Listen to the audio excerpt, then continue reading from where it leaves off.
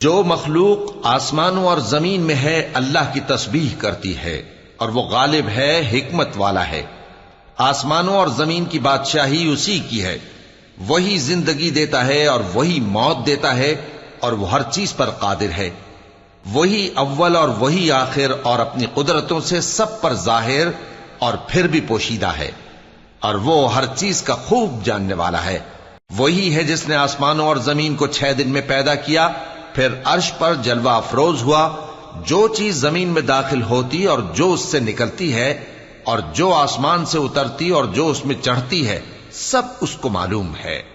اور تم جہاں کہیں بھی ہو وہ تمہارے ساتھ ہوتا ہے، اور جو کچھ تم کرتے ہو اللہ اس کو دیکھ رہا ہے۔ آسمانوں اور زمین کی بادشاہی اسی کی ہے، اور سب معاملات اسی کی طرف رجوع ہوتے ہیں۔ وہی رات کو دن میں داخل کرتا اور دن کو رات میں داخل کرتا ہے، اور وہ دلوں کے بھیدوں تک سے واقف ہے۔ لوگو، اللہ پر اور اس کے رسول صلی اللہ علیہ وآلہ وسلم پر ایمان لاؤ، اور جس مال میں اس نے تم کو اپنا نائب بنایا ہے اس میں سے خرچ کرو۔ اب جو لوگ تم میں سے ایمان لائے اور مال خرچ کرتے رہے ان کے لیے بڑا ثواب ہے۔ اور تم کیسے لوگ ہو کہ اللہ پر ایمان نہیں لاتے، حالانکہ اس کے پیغمبر صلی اللہ علیہ وآلہ وسلم تمہیں بلا رہے ہیں کہ اپنے پروردگار پر ایمان لاؤ، اور اگر تم کو یقین ہو تو وہ تم سے اس کا عہد بھی لے چکا ہے۔ وہی تو ہے جو اپنے بندے پر واضح آیتیں نازل فرماتا ہے تاکہ تم کو اندھیروں سے نکال کر روشنی میں لائے۔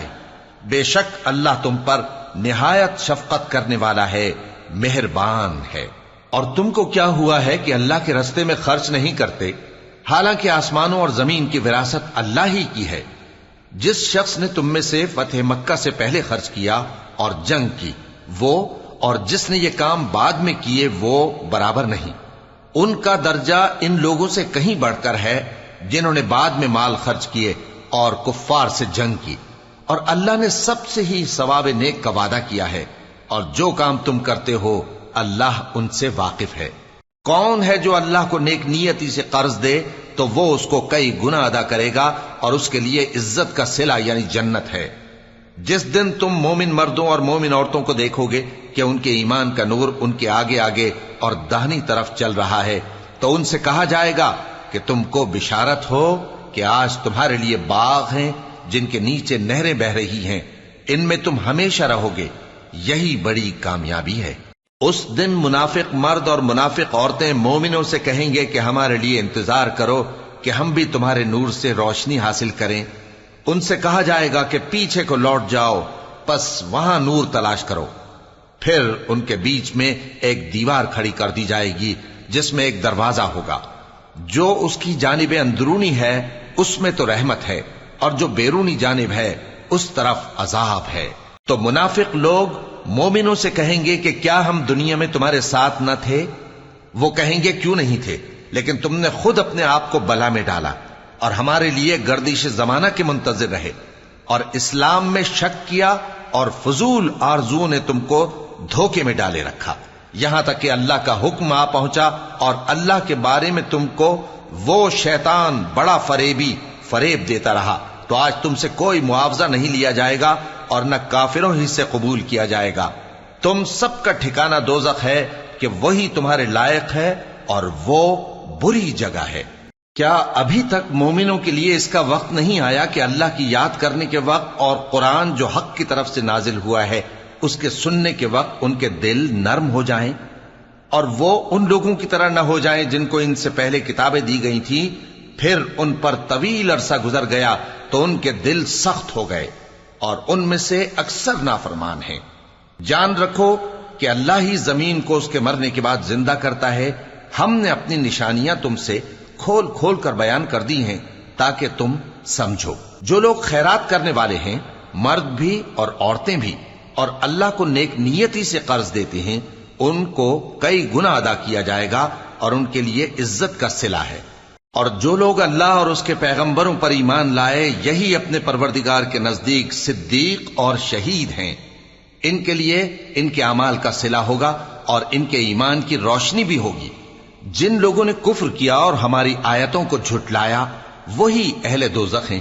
جان رکھو کہ دنیا کی زندگی محض کھیل اور تماشا اور زینت و آرائش اور تمہارے آپس میں فخر و ستائش اور مال و اولاد کی ایک دوسرے سے زیادہ طلب و خواہش ہے۔ اس کی مثال ایسی ہے جیسے بارش کہ اس سے اگنے والی کھیتی کسانوں کو بھری لگتی ہے، پھر وہ کھیتی خوب زور پر آتی ہے، پھر اے دیکھنے والے تو اس کو دیکھتا ہے کہ پک کر زرد پڑ جاتی ہے، پھر چورا چورا ہو جاتی ہے۔ اور آخرت میں کافروں کے لیے عذاب شدید اور مومنوں کے لیے اللہ کی طرف سے بخشش اور خوشنودی ہے۔ اور دنیا کی زندگی تو دھوکے کا سامان ہے۔